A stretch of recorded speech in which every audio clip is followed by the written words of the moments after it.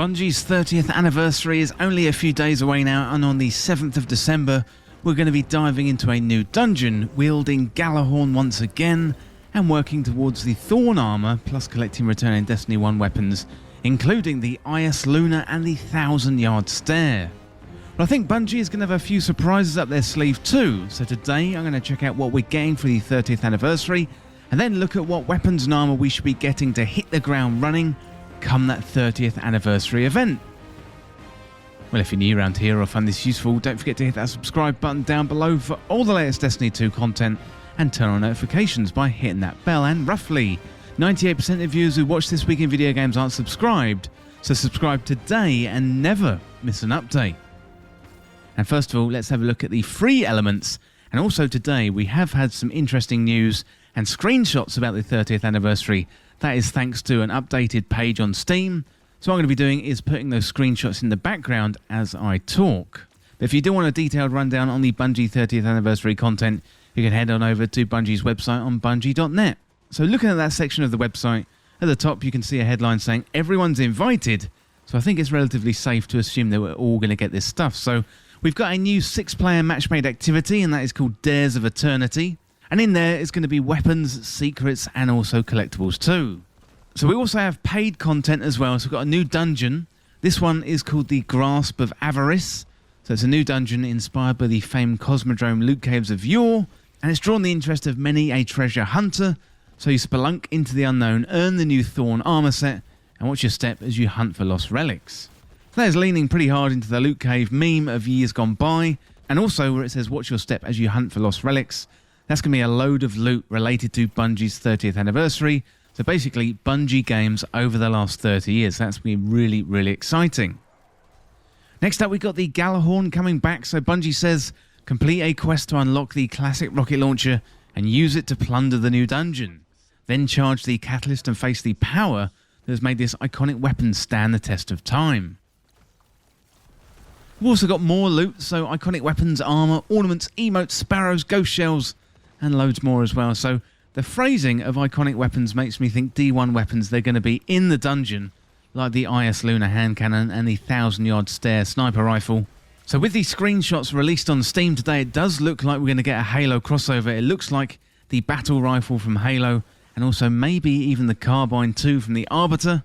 That hasn't been confirmed yet, although Bungie is releasing a This Week at Bungie in the next few hours, so hopefully we'll know more then.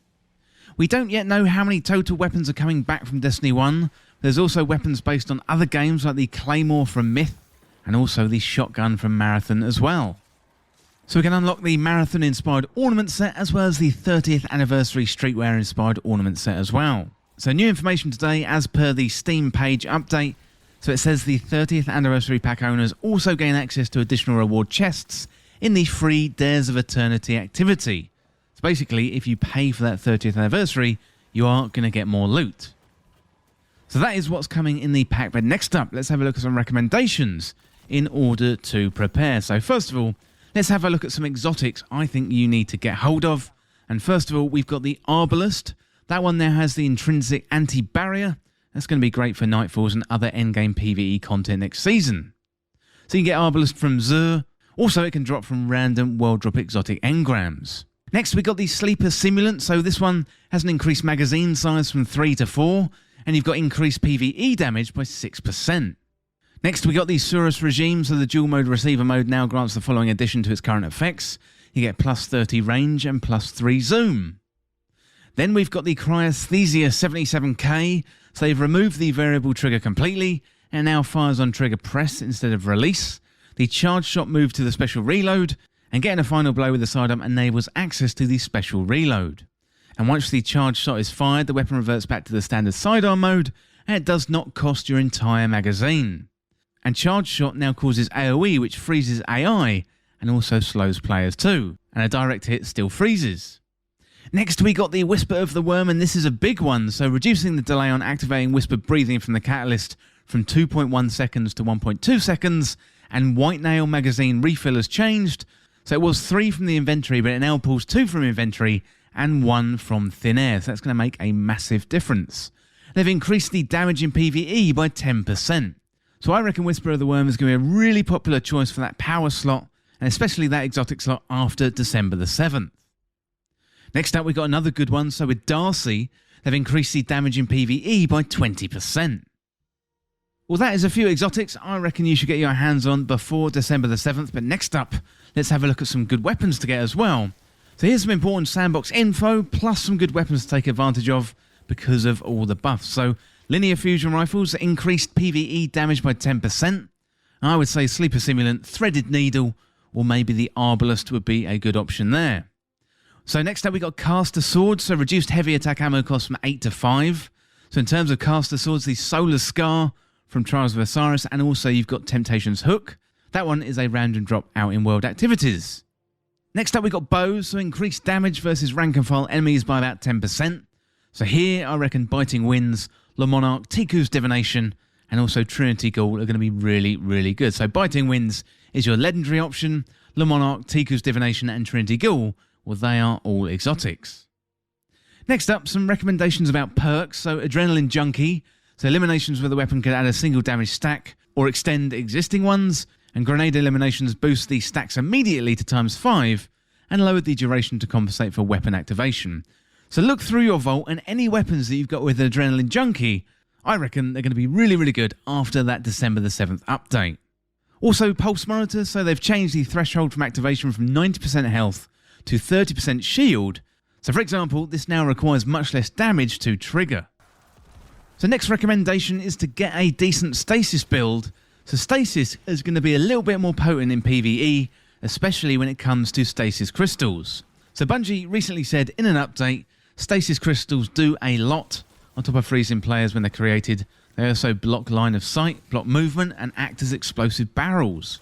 Now, it's all a bit too much for PvP, so with the release of the 30th anniversary, Stasis Crystals will now slow players instead of freezing them, and they'll do much less damage to players when they detonate. So as far as PvE is concerned, Stasis Crystals will still freeze combatants, and they've increased the Stasis Crystal detonation damage versus PvE combatants. So looking at the numbers, it was almost always better to shoot directly at a combatant instead of a Stasis Crystal near a combatant, and this change should help Crystals better live out their explosive barrel dreams. And finally today we've got PvP changes, so absolutely huge changes are coming to PvP, and it is worth being aware of the changes because if you rely on abilities and supers in PvP, well, things are about to be a little bit different and they're going to be focused more towards the gunplay. So let's have a look at some of the changes. So first of all, we've got the variable ability cooldown. So up until now, cooldowns across the individual ability types, so grenade, melee, class and super, they've generally been identical between all abilities of the same type. For example, all the grenades in today's Destiny 2 share the same cooldown time, with the exception of stasis grenades. So the shared cooldown means that all grenades need to have roughly the same power output because they have the same time cost.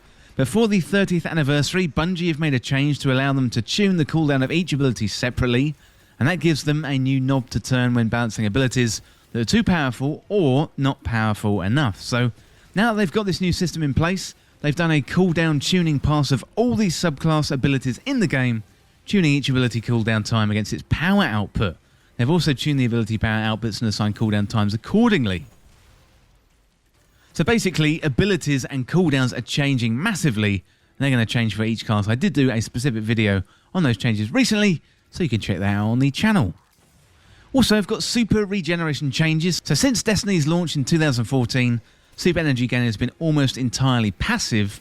So your intellect stat dictates how quickly your super regenerates, with a few other elements like orbs of power, armour, weapon perks, and defeating targets as active sources. So the system worked well for a long time, but issues have grown more obvious as the game has evolved, and overall player skill, especially skill in evaluating how to play around the character build, has increased. So on top of your passive regeneration, you will now gain super energy by dealing and taking damage to and from opponents.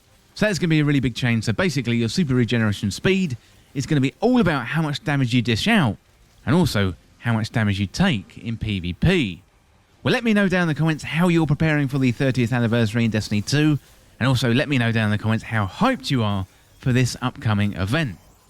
Well, that is it for this Ultimate 30th Anniversary Prep Guide in Destiny 2, and as always, thank you so much for watching. For more Destiny 2 content like this, hit that subscribe button down below and subscribe to This Week in Video Games.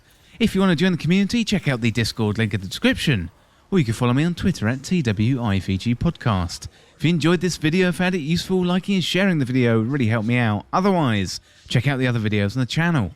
Thanks again. I'll see you soon.